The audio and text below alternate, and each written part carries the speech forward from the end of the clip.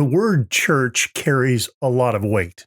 For some, it brings to mind a place of worship, a sense of home. For others, it stirs memories of hurt or seasons of disappointment. The trouble doesn't lie in Jesus or his good news, but in the imperfect ways we've tried to embody that good news in community. Hello, friends. I'm Alan Fadling, and this is the Unhurried Living Podcast, where we seek to rest deeper, live fuller, and lead better. Today, I'm talking with Dr. Eric Mason about his book, Rebranding the Church, Restoring the Image of God's People in the World. His message is both courageous and hopeful. It's a call to return to the center of the gospel, not to polish our image, but to pursue real renewal.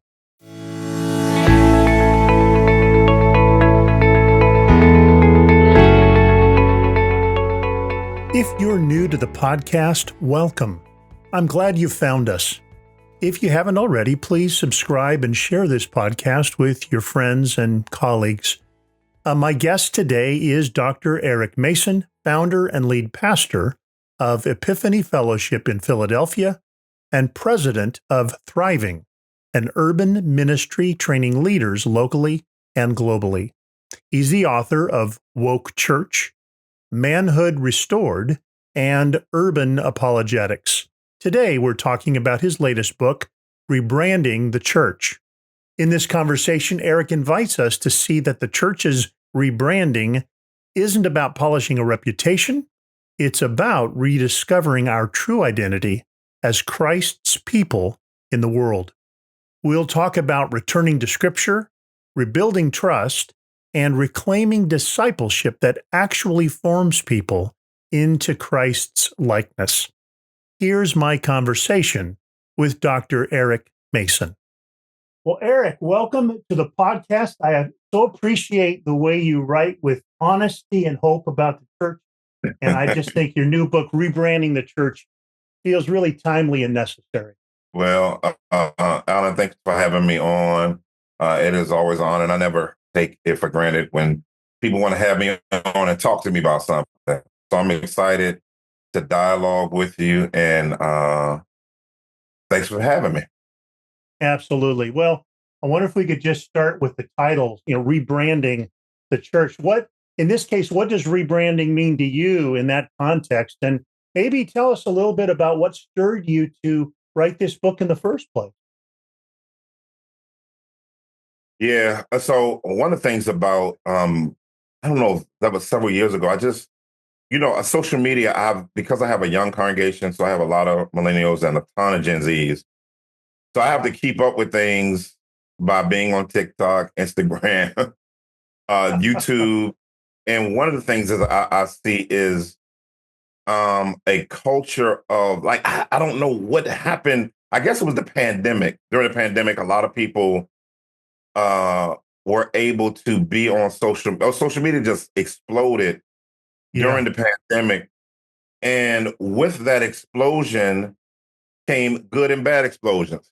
And one of those things was people's view of the church, just people from the outside, and even, we have a lot of new YouTubers out there that are basically, I'm not beating anybody up, but you got heresy hunters, and you have people that basically anything negative in the church, it gets views. So they're going to go ahead and post that and kind of give their take on it. And as that began to happen, I began to really just see kind of like a landslide when it came to the church's, people's view of the church on two sides, because you had a lot of deconstruction happening among younger generationers. So you had the deconstruction movement kind of going real strong. You had also the just people that were critiquing atheism kind of went up.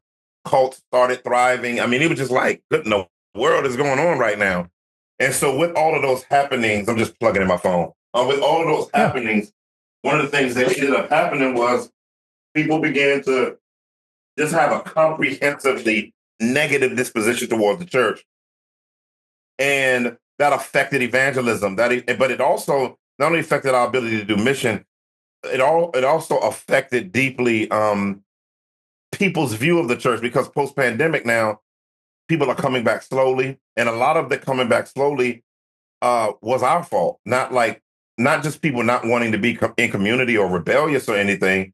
They just were like, man, I like that I could just get out of bed, experience church, and then go do what I want to do. And so so ecclesiology began being redefined. We have people talking about digital discipleship. And, when I say the word ecclesia means assembled ones, so fundamentally embedded in the term church means to physically gather. And so and I'm not saying you can't, be online sometimes, right? And so with that in mind, I began saying, what are the things that's affecting how the church is viewed from the inside and the outside? And why is it important that the church have a good reputation?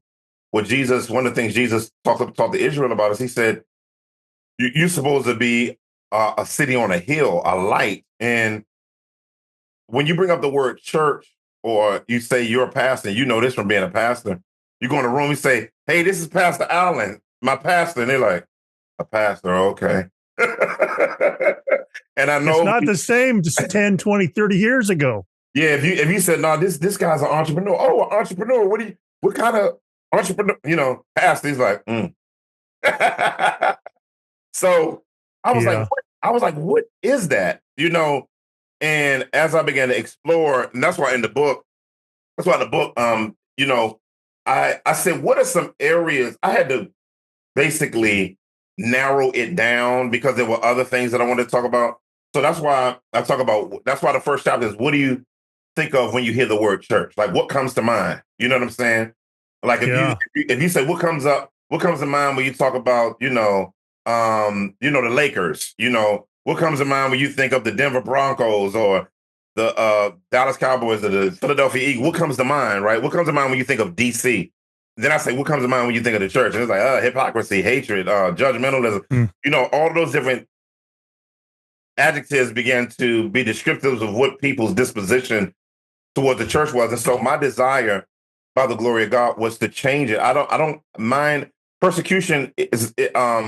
We need good persecution, not bad persecution. Good persecution, based on 1 Peter 4, is you're getting persecuted because of what you're doing right. But we're getting persecuted and challenged, and because of things that are our fault.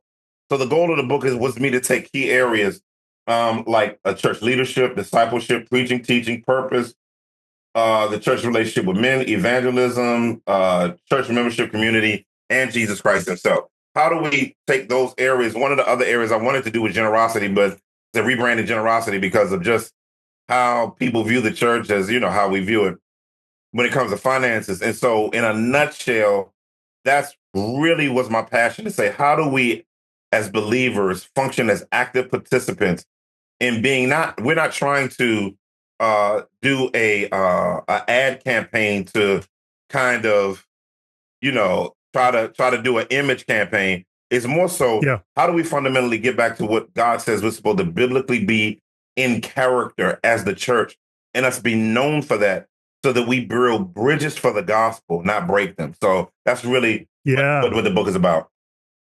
That's well, I appreciate you saying it that way. So when we say rebranding, we're not trying to change our public image in some marketing publicity way. Right. We're trying to become the kind of people who, when we live our lives and we speak out of our lives, that would be honored. It would be respected. It would be perhaps appreciated. Right. Absolutely. And that's a big deal, because I think that Christian men and Christian women would be like, oh, he's a Christian, and there's expectations. I can expect love. I can expect compassion. I can expect outrage at injustice, whether it's injustice of abortion, you know what I'm saying? Whether it's injustice of the way women are treated, or also we're being compassionate because we're the first on the scene. One of the things I told my church about a month ago, I said, I've always heard that the church is a hospital. And I said, that's a reductionist term. I Mm, said, because we think we relate in the West to church from a disposition of receiving, but actually yeah. the hospital should be just a department of the church. A larger department of the church is we should be the first responders, right? We should Like that. we should be the spiritual first responders. In other words, wherever there's a catastrophe, everybody else is running away from it. What the police have to do? They have to run towards it. The fire truck, they don't run away from the fire. They're running towards the fire. I said that's what the church is supposed to do. We're supposed to run towards the things that are hard and difficult in culture and in the world so that we can put out fires to rescue people and to build God's kingdom in those places that have those emergency needs. Yeah, that's so well said. I love that image of a first responder. That just rings so true. And you say in the book that what our world needs is to see the gospel not just proclaimed, but really lived out. Like practice, God is gospeling our lives, so that our lives become good news, maybe that echo the things that we say. What might that look like in just sort of everyday local church life, do you think? Yeah, when we talk about everyday church life, one of the things that, it's a guy that I just had on my podcast not too long ago named Aaron Campbell. He's doing something called Level Up. And he's working with about 3,000 youth from the region, from Philadelphia region, Delaware Valley. And they come from different gangs, different groups, all types of things. He has a STEM lab, helping with reading, because the reading comprehension in Philadelphia across ethnic lines are bad. So you have kids that would normally not get together. They would fight, shoot each other, coming together. They're in STEM lab. He's taking them on. And they raise $1.5 million a year to do that in West Philadelphia. Wow. We did things like have a sports league that was when funding was dropped here in our area for sports programs. We became the sports program through our basketball league. We also partnered with the police to do a boxing league to help with mental health of youth who are living in difficult situations and have a lot of rage. They have an outlet for that. Right now we have an after school program. So there's so many ways. You look at churches like Abyssinian Baptist, Abyssinian in New York back during segregation, where they did stuff like, because there was redlining and before the Housing Act, they had to provide minorities. They created banks and credit unions. So I think when we talk about being people of peace, I think the church has to, that's why Jesus said, blessed are the peacemakers.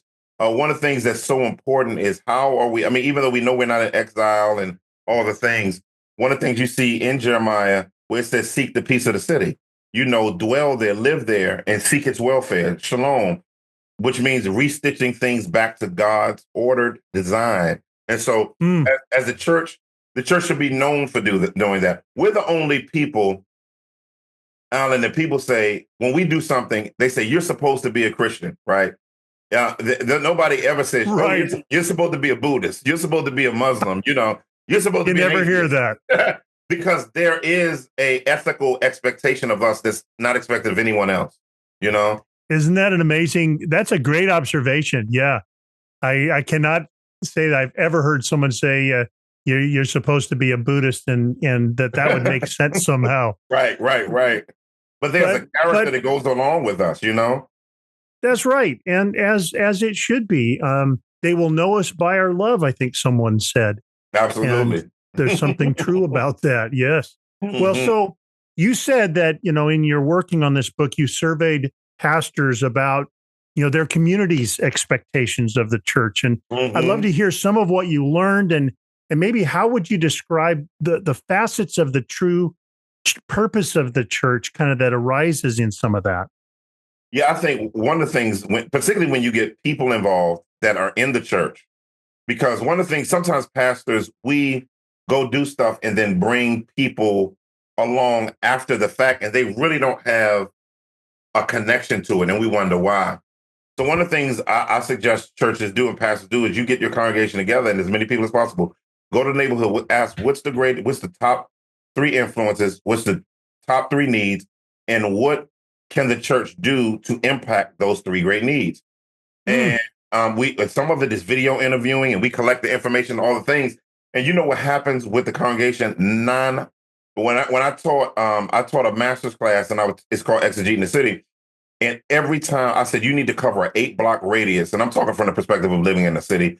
You know, if you live in somewhere else, it's a cul-de-sac or whatever you want to do, right? And when they come back, they said, first off, I've driven this.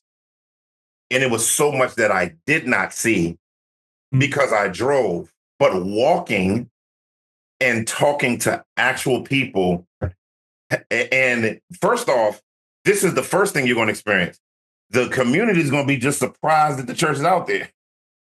Yeah, I can imagine. Like, y'all are here asking us something, you know. And so I think number one, that's one of the big things that they're going to experience. And you'll see so many people softened. I've seen people cry. They're talking about education. I've seen people talk about, you know, violence, or they're talking about housing, because, you know, most of the houses in our neighborhood are rentals. You know, it's rent. It's so, oh yeah. You know, so with that in mind, you know, how do we, and so then you begin to see those things, like Titus 3:14 says, see that our people learn to meet pressing needs in order that they may not be found unfruitful. And so I think the key for leaders is, do you know what the pressing needs are in your community? Somebody said, well, why we got to do that? Just preach the gospel. Well, you just heard what he said. You got to preach and practice the gospel. And many times, kindness builds common ground with the lost, and you earn the right to share the gospel. Kindness, I've seen kindness distill and decimate hostility towards the church. And being consistent with it is the thing. Like, there are people that have never walked through our doors, but they've experienced what we do. And us being here is such a blessing that we know that a gaping hole will be left in this community if we left. So I love that. I mean, it just strikes me as the Spirit of Jesus who meets the crowd at their places of very felt need. Yes. You know, he doesn't start first with just a sort of a theological, doctrinal message. He starts with practical, tangible care. And I love how you've translated that into how a church can be in a community. It's interesting what you're saying that, because one of the things, as I'm reteaching, I got a new group of leaders, young leaders that we're developing here at the church, and I'm laying out my philosophy of discipleship. And one of the things that I tell people is, I said, a lot of discipleship is too didactic. I said, Jesus used all the senses.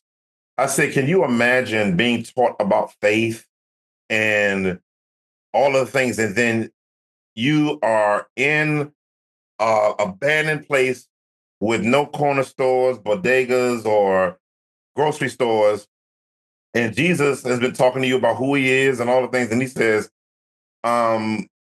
you go get some. And then they said, we don't have it. He said, what do you have? And you bring 2 fish, 5 loaves of bread. Imagine Alan being the first apostle. He lines them up. Imagine being the first guy. He gives you 1 piece of fish. You're like, okay. He said, pass this on. He gives you another piece of fish too. Then he reaches back in and gives you another fish. And you're looking like, where did this pass it? And he's like, and then all of a sudden he gives you 3 fish, 4 fish.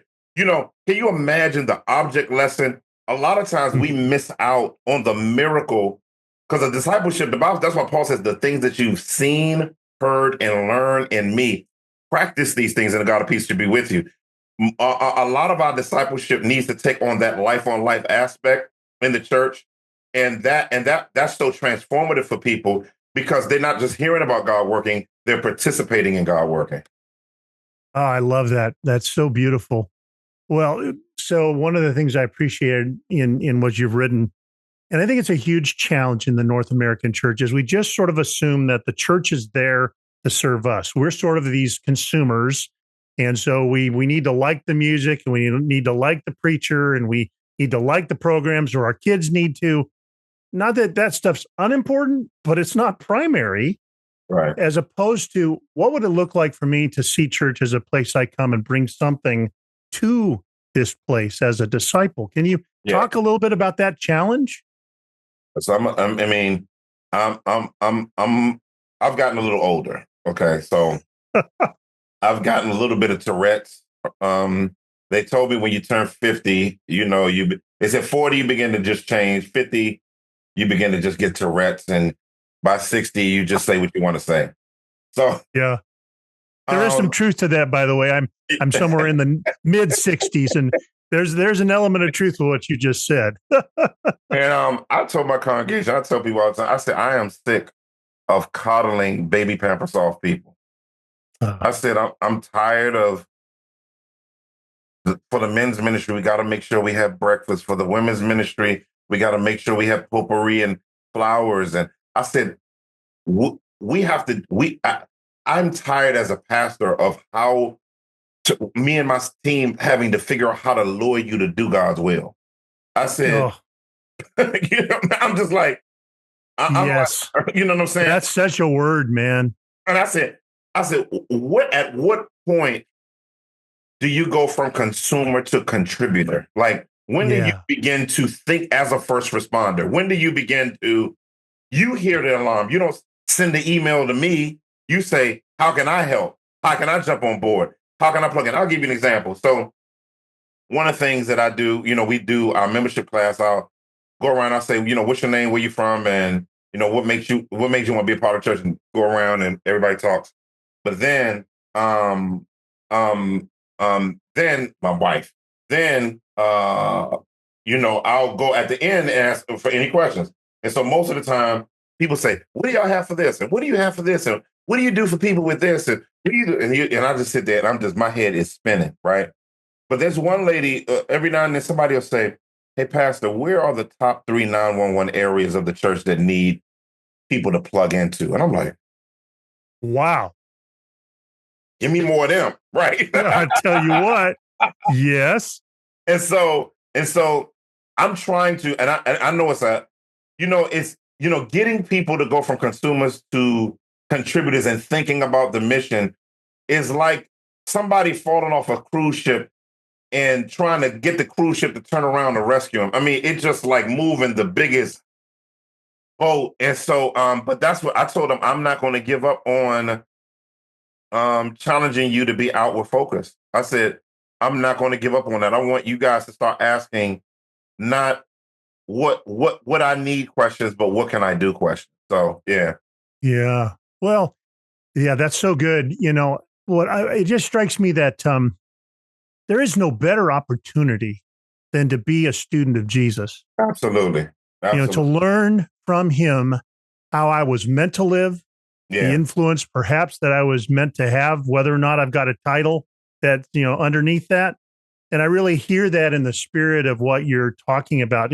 In a sense, that to me is what discipleship is. And it sounds like that's really important to you too. It is, because I think that I tell people, I used to have a disposition where I said, you got different categories of believers. You got serious believers and not so serious believers. And I was like, is that biblical? Or is it, like I said, I want to stop adding an adjective to the word Christian. Yes. The kind of like radical Christian or serious Christian. I mean, I said, what if the word Christian and church just in and of itself just embodied all of the things that make it robust, right? And that's really it for me. I love that. That's so good. You don't need a modifier.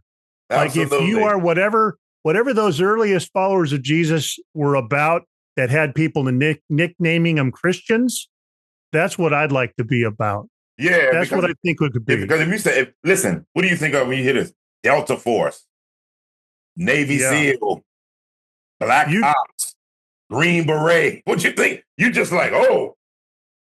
Probably don't need a modifier, do you? Don't need a modifier. Like a really committed one, a kind of half-hearted one. There aren't any of those. They don't exist. They don't exist. You know what I'm saying? Oh my goodness. That is so good. Well, so one of the things as I was looking, through your book, you talk about how your church, Epiphany Fellowship, has really engaged in a local service. That's been really central to who you are as a community. Can you share a little bit about what that's looked like for you all as a church? Yeah, so right now, because there is a very challenging rate, like right now, and they're just talking about the impact of technology cross ethnically on the reading and educational comprehension of Gen Alpha, to be honest, Yeah. and Gen Z, and basically, we have a 65% literacy rate, you know, and so I mean, but No Child Left Behind is still leaving them behind, Yeah. because it's like, okay, we know you didn't learn everything that's like telling an electrician in electrician school, hey, I know you didn't learn everything, but we're going to push you along. But next thing you know, he's got a contract. He's out there destroying everything because you pushed him to finish stuff he didn't know. And I think that I just think that and that's why we started an after school program and a summer program where we employ kids from the community. We have educational services with that as it pertains to reading, development, deling with deportment, trying to partner with families as well, but then also teaching them scripture and trying to share the gospel with them, because half of our kids come from Muslim homes, because Philly is a hugely Muslim city. And so, Wow. a lot of the constituency of children that we work with will be kids from those type of homes. And so that's just one of the many examples over the years that we've utilized as a way to just create practical ways to connect with and engage our community. Yeah, that is so good. Yeah, just a little question that kind of just comes to mind. I wonder if you could just let us know, what are you finding encouraging as a pastor these days? I am finding the Gen Z. I'm too. I'm supposed to have an old Gen X congregation and boomers. 80% of my congregation is Gen Z. I don't know where they came from. We just baptized 40 of them 40 new believers Sunday before last, you know.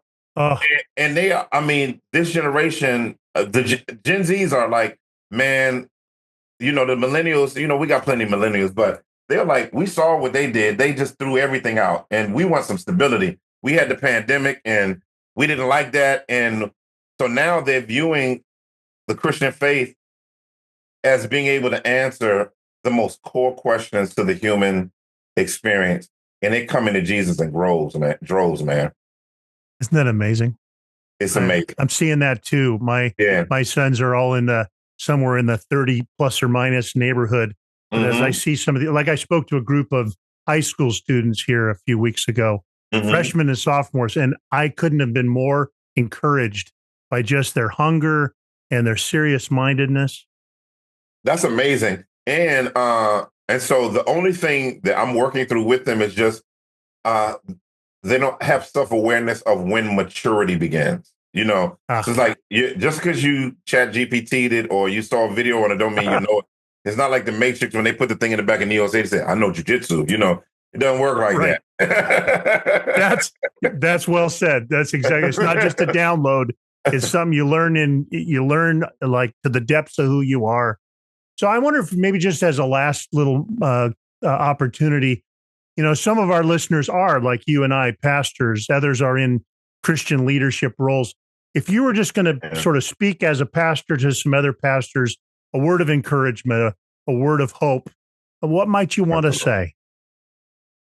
One of the things that I encourage pastors to do is never stop being a missionary. You know, one of the things that I think with the church is it's lost its missiological edge. And I think that we are in probably one of the ripest times.